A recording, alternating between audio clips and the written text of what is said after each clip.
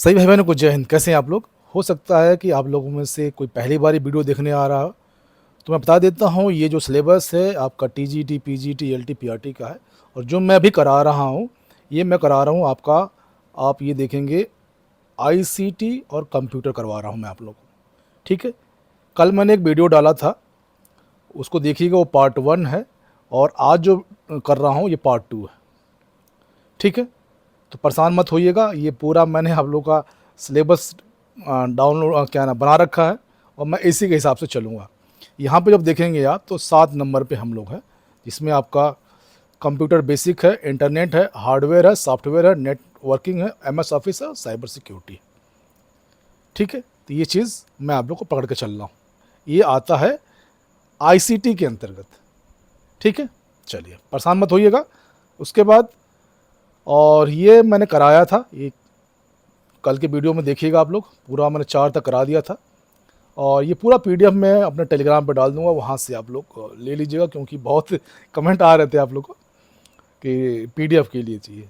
तो सब कुछ फ्री में है, ये कोई पैसे से कोई बात नहीं है, पैसे हुआ कोई मांगेगा तो दीजिएगा मत, सब कुछ फ्री है, केवल आप लोगों के लिए हेल्प के लिए, क्योंकि मैंने आप लोगों से एक वादा किया था कि जितना मुझसे होगा हेल्प मैं करने के लिए तैयार हूँ।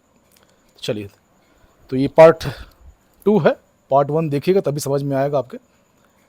ठीक है, तो इसको स्टार्ट किया जाता है। तो वीडियो अच्छा लगे तो लाइक कर ले, चैनल सब्सक्राइब कर लीजिएगा, और पूरा जीएस मैं कवर कराने की कोशिश करूँगा। ठीक है, अब हम लोग जनरेशन, यहाँ तक हमने बात कर लिया था 2 जनरेशन के बारे में। सेकंड जनरेशन के लिए हम लोगों ने देख लिया था, अब हम बात करते हैं थर्ड जनरेशन क्या है। ठीक है, थर्ड जनरेशन आपकी कब स्टार्ट हुआ था? तो ये 1964 से 1971 के बीच में स्टार्ट आया था थर्ड जनरेशन। एक चीज़ हमेशा ध्यान रखिएगा, तकनीक बदलती है तो कंप्यूटर की स्पीड, साइज और एफिशिएंसी बढ़ती है। कोई भी चीज़ अगर तकनीक चेंज होगी उसकी, तो उसकी स्पीड, साइज और एफिशिएंसी बढ़ेगी। सेम उसी केस में ये आपका थर्ड जनरेशन आया था। टेक्नोलॉजी आपकी इंटीग्रेट सर्किट है, आईसी जिसको बोलते हैं, जो ये आप लोग इमेज देख रहे हैं। आकार में छोटा और कॉम्पैक्ट होता है। गति इसकी जो पुराने हैं उनसे तेज है, फास्टर है। बिजली खपत उनसे कम है, लेस पावर कंज्यूमशन है। और रिलायबिलिटी अधिक विश्वसनीयता है जो पिछले वाले हैं। ठीक है, सेकेंड और फर्स्ट से। ठीक है, भाषा इसकी क्या है? हाई लेवल लैंग्वेज है और सपोर्ट किया है जैसे कोबल, फॉर्डन और बेसिक का। मेमोरी मैग्नेटिक कोर मेमोरी का ये उपयोग करता है। कौन? Third generation. उपयोग क्या है? बिजनेस, एजुकेशन और साइंटिफिक और इंजीनियरिंग कार्यों में इसका उपयोग है।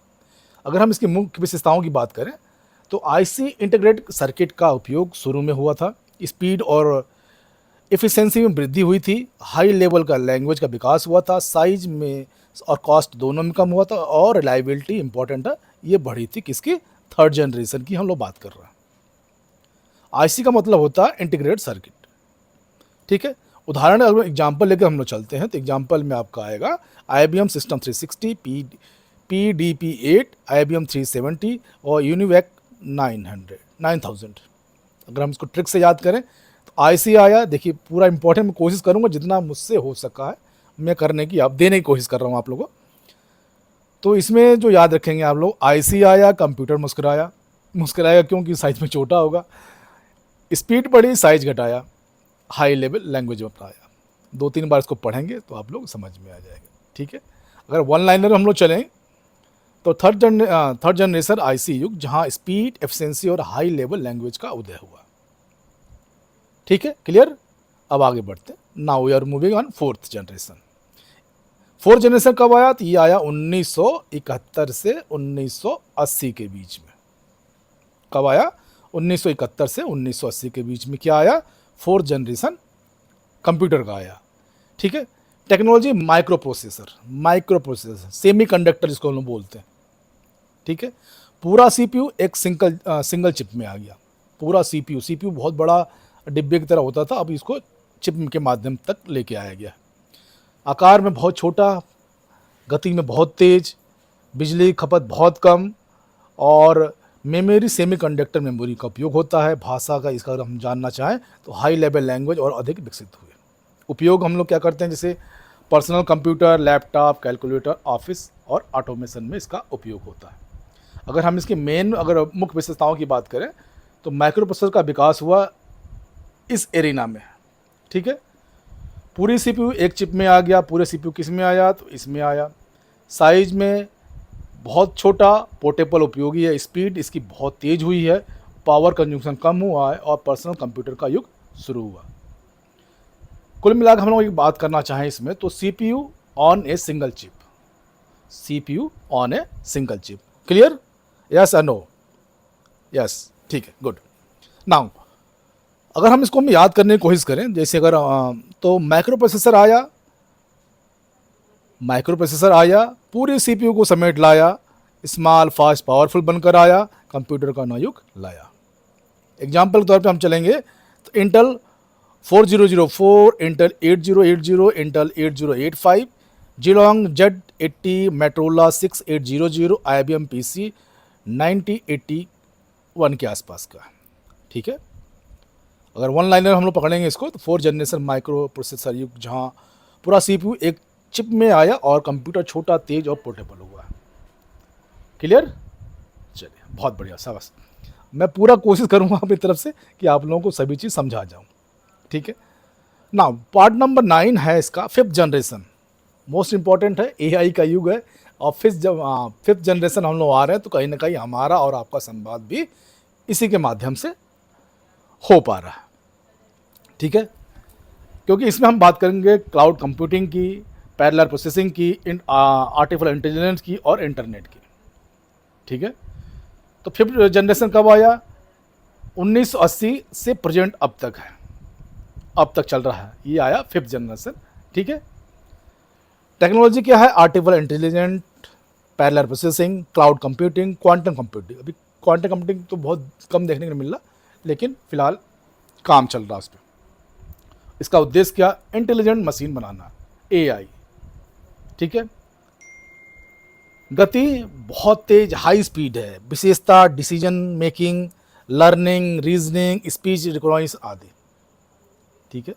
जैसे आप आजकल देखा होगा आप लोगों ने, ऑटो ड्राइव कार है, ठीक है, रोबोट्स है, यहाँ तक कि हम लोग जो चैट जीपीटी यूज़ करते हैं वो भी एआई के अंतर्गत आता है, ठीक है।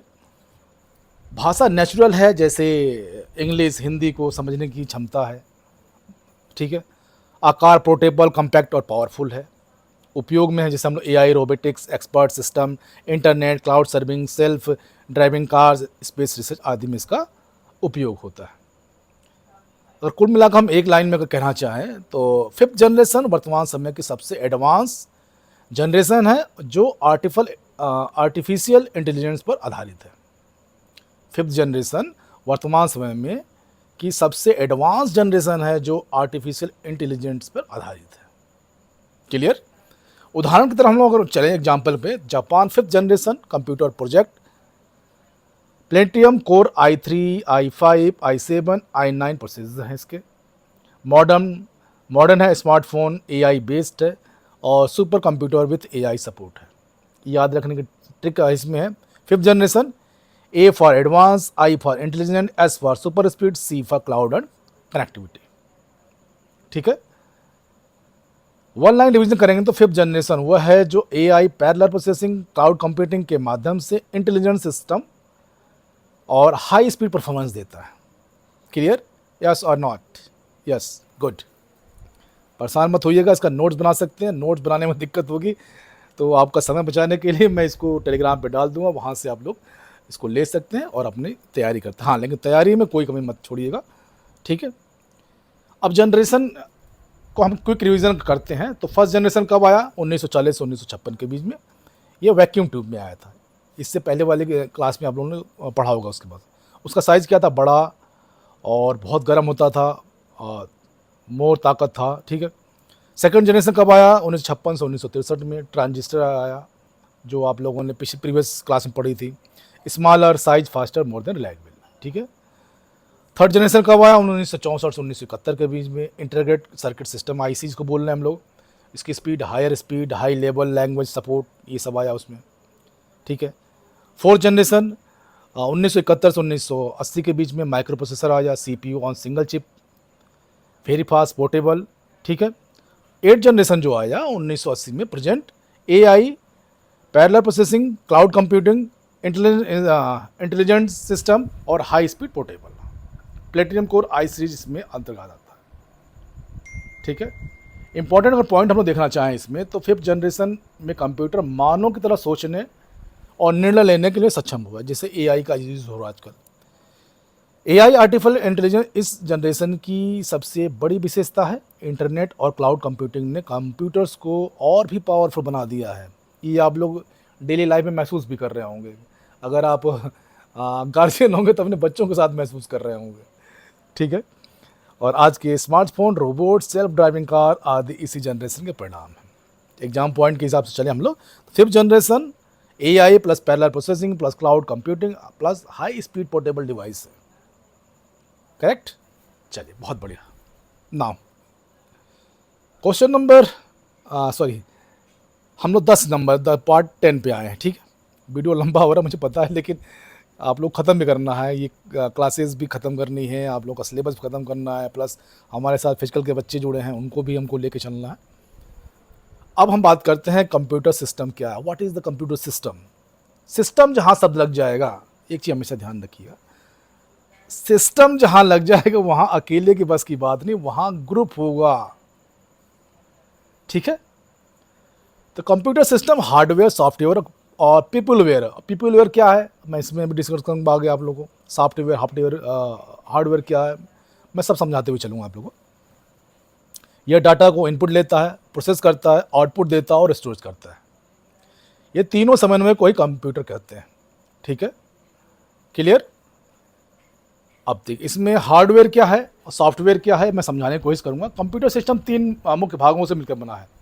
पहला हार्डवेयर जो हम आँख से देख सकते हैं, सॉफ्टवेयर जो देख नहीं सकते, और पीपलवेयर जो इन दोनों के बीच के माध्यम है उसको हम लोग कहते हैं, ठीक है। मैं समझाने की कोशिश करूँगा आगे चल के। हार्डवेयर क्या है। यह कंप्यूटर के फिजिकल कंपोनेंट होते हैं, जैसे हम छू सकते हैं, जैसे CPU, monitor, keyboard, mouse, hard disk और प्रिंटर। क्लियर। सॉफ्टवेयर क्या है। यह कंप्यूटर कार्य करने के लिए निर्देश देता है। सॉफ्टवेयर 2 प्रकार के हैं, एक होता है सिस्टम सॉफ्टवेयर, एक होता है एप्लीकेशन सॉफ्टवेयर। कितने प्रकार के हैं तो 2 प्रकार के। सॉफ्टवेयर कितने प्रकार के, 2, एक सिस्टम, एक एप्लीकेशन बेस। यह हार्डवेयर और यूजर के बीच पुल का कार्य करता है। सिस्टम सॉफ्टवेयर कौन सा है, कंप्यूटर के हार्डवेयर को मैनेज करता है, जैसे ऑपरेटिंग सिस्टम, विंडोज़ या Linux, language translator, compare for interpreter और यूटिलिटी प्रोग्राम। एप्लीकेशन सॉफ्टवेयर कौन से, विशेष कार्यों करने के लिए उपयोग, जैसे MS word, MS excel, Tally, Photoshop, ये आपका एप्लीकेशन सॉफ्टवेयर है। अब चलते हैं हम लोग मानव तत्व क्या है, पीपलवेयर क्या है। यह कंप्यूटर सिस्टम का सबसे महत्वपूर्ण भाग है। कंप्यूटर और डिजिग्नेट, डेवलप, ऑपरेटर और मेंटेन करने वाले लोग होते हैं। कंप्यूटर को डिजाइन, डेवलप, ऑपरेट और मेंटेन करने वाले लोग होते हैं। उदाहरण programmer, operator, system analyse, teacher, user आदि, ठीक है। अब तीनों के बीच में पारस्परिक संबंध हम लोग देखेंगे तो मानव कमांड देता है, सॉफ्टवेयर प्रोसेसिंग करता है, हार्डवेयर कार्य करता है, उपकरण का कार्य करता है, और आउटपुट रिजल्ट देता है, परिणाम प्राप्त करता है, ठीक है। ये इसके बीच के पारस्परिक संबंध है। अब याद रखने की ट्रिक हम लोग चलेंगे। हार्डवेयर को छू सकते हैं, सॉफ्टवेयर को देख सकते हैं, लेकिन पीपलवेयर के बिना कंप्यूटर नहीं चल सकता। ये जो भाई साहब हैं, भाई बहन हैं, ये भाई साहब हैं, ये बहन जी हैं, ये लोग आप लोग पीपलवेयर में आएंगे, ठीक है। की पॉइंट हम लोग अगर देखना चाहे तो computer system hardware plus software पर पीपलवेयर, तीनों का समन्वय है। हार्डवेयर फिजिकल होता है, सॉफ्टवेयर आपका इंस्ट्रक्शन देता है, पीपलवेयर कंप्यूटर को इंटेलिजेंट बनाता है। एक सिंपल सी कहावत, गार्बेज इन गार्बेज आउट। जैसा आप कंप्यूटर को कमांड देंगे वैसे उस चीज़ें बाहर निकलेंगी। रियल लाइफ का अगर हम एग्जांपल देखें तो अगर hospital management system, online banking system, school management system, railway reservation system, इन सभी तीनों की भूमिका आवश्यक है। हार्डवेयर के बिना कंप्यूटर नहीं, सॉफ्टवेयर के बिना फंक्शन नहीं, और पीपलवेयर के बिना परफेक्शन नहीं। क्लियर? मैं फिर समझाता हूँ आप लोगों को। हार्डवेयर के बिना कंप्यूटर नहीं, सॉफ्टवेयर के बिना फंक्शन नहीं, और पीपलवेयर के बिना परफेक्शन नहीं। ठीक है, बहुत बढ़िया। अब कंप्यूटर सिस्टम के मुख्य घटक कौन से हैं, ये सारी मैं प्ले लिस्ट बना के डाल दूंगा, आप जाएंगे प्ले लिस्ट पे तो सब कुछ मिल जाएगा। कंप्यूटर सिस्टम के मुख्य घटक कौन से? इनपुट में क्या आएगा? यह डाटा और इंस्ट्रक्शन को कंप्यूटर के अंदर भेजता है। प्रोसेसिंग यूनिट क्या है? यह डाटा को प्रोसेस करती है और परिणाम को तैयार करती है। आउटपुट यूनिट क्या है? यह प्रोसेस डाटा को उपयोगकर्ता को प्रदान करती है। स्टोरेज यूनिट क्या है? स्टोरेज इकाई या डाटा को इंस्ट्रक्शन को रखने का कार्य करती है। कम्युनिकेशन यूनिट क्या है?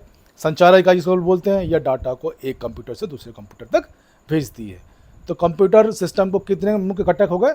ये 5 घटक हो गए। अगर हम इनपुट की बात करें, इनपुट यूनिट की, तो लिखते जाइएगा कीबोर्ड, माउस, स्कैनर, माइक आदि, ये आपका इनपुट है। ठीक है। प्रोसेसिंग यूनिट में आएगा सीपीयू, और प्रोसेसिंग यूनिट को हम सीपीयू को प्रोसेसिंग यूनिट करते हैं। आउटपुट यूनिट क्या है? आपका मॉनिटर हो गया, प्रिंटर हो गया, स्पीकर हो गया आदि। अब इन सब चीज़ों को कहीं स्टोर होगा, तो स्टोरेज के लिए हम लोग क्या बोलते हैं? Hard disk, SSD, pen drive, CD, DVD आदि। इन सब को चलाने वाला क्या है? वो कम्युनिकेशन यूनिट, जैसे modem, network card, wifi, internet आदि। तो 1, 2, 3, 4 और 5 चीज़ें मिलकर बनती हैं कंप्यूटर के सिस्टम। ठीक है, बहुत बढ़िया। अब कंपोनेंट के कार्य क्या है? इनपुट डाटा को, इंस्ट्रक्शन को इनपुट देता है। प्रोसेसिंग यूनिट डाटा को प्रोसेस करके रिजल्ट बनाता है। आउटपुट यूनिट प्रोसेस रिजल्ट को आउटपुट में देता है। स्टोरेज यूनिट डाटा को, इंस्ट्रक्शन को सुरक्षित रखता है। कम्युनिकेशन यूनिट क्या है? डाटा को एक स्थान से दूसरे स्थान तक संचार करता है। अब डेटा का प्रवाह क्या है? देखिए, डेटा का प्रवाह अभी पहले इनपुट, फिर प्रोसेसिंग यूनिट, फिर आउटपुट। ठीक है, इनपुट, प्रोसेसिंग यूनिट, फिर आउटपुट। ठीक है, फिर उसके बाद कम्युनिकेशन यूनिट, फिर स्टोरेज, ये चीज़ है आपकी। ठीक है, हाँ चलिए। अब कंप्यूटर सिस्टम के प्रकार क्या है? कंप्यूटर में हमारे पास 4 प्रकार के होते हैं। कौन कौन से? पर्सनल कंप्यूटर, जैसे डेस्कटॉप, लैपटॉप और लैपटॉप। वर्क स्टेशन का हाई परफॉर्मेंस सिस्टम कंप्यूटर होता है। सर्वर, डाटा और रिसोर्सेज को मैनेज करने वाले कंप्यूटर होते हैं। और इनबिल्ट सिस्टम क्या? जैसे स्पेशल पर्पज़ के लिए डिज़ाइन किया गया, जैसे आपका एटीएम मशीन, वॉशिंग मशीन, ये आपका इनबिल्टेड सिस्टम होते हैं। ठीक है, ये ठीक है, ये इम्पोर्टेंट है हम लोगों के लिए, बहुत मेहनत बचाता है। याद रखने की trick IPOSC, input, processing, output, storage, communication. सबसे पहले इनपुट, फिर प्रोसेसर, फिर आउटपुट, फिर स्टोरेज और अंत में कम्युनिकेशन। ठीक है, अगर एग्जाम्पल हम चलें तो इनपुट को कीबोर्ड और mouse, processing unit CPU, output monitor, printer, storage hard disk, SSD, communication unit modern network card. सारांश हम इसका देखेंगे तो कंप्यूटर सिस्टम के भी सभी घटक मिलकर ही कार्य करते हैं। इनका सही समन्वय कंप्यूटर को प्रभावी और उपयोगी बनाता है। ठीक है, ये आपका कंप्यूटर सिस्टम की मुख्य विशेषताएं क्या हैं? तो कंप्यूटर सिस्टम मनुष्य के जीवन को सरल, तेज, सटीक और सुव्यवस्थित बनाता है। ठीक है, स्पीड, कंप्यूटर बहुत तेज गति से लाखों करोड़ों गणनाएं कुछ सेकंड में करता है। एक्यूरेसी, शुद्धता, कंप्यूटर को सही और सटीक परिणाम देता है यदि इनपुट सही हो तो, जो मैंने पहले बोला था, garbage in garbage out. Diligence, परिश्रमशीलता, कंप्यूटर बिना थके लगातार और लंबे समय तक कार्य करता है। स्टोरेज, संग्रहण क्षमता, कंप्यूटर बहुत अधिक डाटा को सुरक्षित रख सकता है। वर्सेबिलिटी, बहुउपयोगी कंप्यूटर अनेक प्रकार के कार्य कर सकता है, गणना, लेखन, चित्र, संगीत आदि। ऑटोमेशन, स्वचालन, एक प्रकार का एक बार प्रोग्राम देने के बाद कार्य अपने आप पूरा होता है। रिलायबिलिटी, विश्वसनीयता, कंप्यूटर कार्य में निरंतरता, भरोसेमंद परिणाम देता है। ठीक है, फ्यूचर ऑफ कंप्यूटर अगर हम बात करें तो देखिए, स्पीड, एक्यूरेसी, परिश्रमशीलता, स्टोरेज, वर्सेबिलिटी, ऑटोमेशन और रिलायबिलिटी। कंप्यूटर सिस्टम का महत्व क्या है ये देखिए, अगर हम बात करें तो कार्य को सरल बनाना, धन और समय की बचत करना, त्रुटियों को कम करना और कार्य की गुणवत्ता बढ़ाना, शिक्षा में, व्यापार में, विज्ञान में, चिकित्सा में, बैंकिंग में, संचार में, सभी क्षेत्रों में उपयोगी है और निर्णय लेने में सहायता करता है। तो कंप्यूटर के प्रकार आप पकड़ते हैं हम लोग। सुपर कंप्यूटर बहुत अधिक गति और क्षमता वाले बड़े वैज्ञानिक कार्यों के लिए उपयोगी, जैसे उदाहरण परम इंडिया का है 8000, अब 10 पे काम चल रहा है, ठीक है। प्रत्यक्ष, फिर मेन फ्रेम कंप्यूटर एक साथ अनेक उपयोगकर्ताओं का कार्य संभालने की क्षमता, उदाहरण IBM Z series. Personal computer व्यक्तिगत कार्यों के लिए उपयोगी, जैसे घर, स्कूल, ऑफिस, उदाहरण डेस्कटॉप और लैपटॉप। माइक्रो कंप्यूटर छोटे कार के कम कीमत वाले व्यक्तिगत उपयोग के लिए, उदाहरण टैबलेट और स्मार्टफोन, ठीक है। अगर हम याद करने की ट्रिक बनाए, SADSVAR, speed, accuracy, diligence, storage, reliability, automation और रिलायबिलिटी, ठीक है। 7 बार को आसानी भाषा में याद कर सकते हैं हम लोग, ठीक है। अब पाँचवें चलते हैं, कंप्यूटर सिस्टम के उपयोग, यूजेस क्या है शिक्षा में, व्यापार में, चिकित्सा में, संचार में, विज्ञान में, बैंकिंग में, यातायात में, सब जगह तो है ही है, ठीक है। अगर हम एग्जाम्पल के तौर पे चलेंगे तो calculator, computer, laptop, mobile, ATM, ticket online shopping, weather और forecasting, space research, AI, robot, self driving car. तो कंप्यूटर सिस्टम हार्डवेयर सॉफ्टवेयर का पीपुलवेयर का संयुक्त रूप है। हार्डवेयर सॉफ्टवेयर, ठीक है। कंप्यूटर सिस्टम का हार्डवेयर सॉफ्टवेयर और पीपलवेयर का संयुक्त रूप है जो इनपुट को प्रोसेस करके आउटपुट देता है। इसकी विशेषता इसे मानव जीवन का अभिन्न अंग बनाती है। अगर एक पंक्ति हम इसको याद करना चाहें तो कंप्यूटर हमेशा सही काम नहीं बल्कि सही इनपुट पर सही काम करता है। तो गार्बेज इन गार्बेज आउट का टाइमिंग ध्यान रखिएगा। कंप्यूटर थकता नहीं, भूलता नहीं, रुकता नहीं। इनपुट सही तो आउटपुट सही। डेटा है तो ज्ञान है, ज्ञान है तो समाधान है। डेटा है तो ज्ञान है, ज्ञान है तो समाधान है, ठीक है। कितना लंबा है भाई? हाँ लास्ट, चलिए लास्ट है, उसके बाद ये आपका ICT ख़त्म हो जाएगा। फिर कहेंगे तो आप लोग क्वेश्चन आंसर कराएंगे, ठीक है। तो कंप्यूटर सिस्टम के अनुप्रयोग क्या है, एप्लीकेशंस क्या है, शिक्षा के लिए कहाँ कहाँ प्रयोग होता है, ऑनलाइन लर्निंग के लिए है, डिजिटल क्लासरूम के लिए, E-लर्निंग रिजल्ट के लिए। आप लोग क्लासेस भी कर रहे होंगे ऑनलाइन, ठीक है।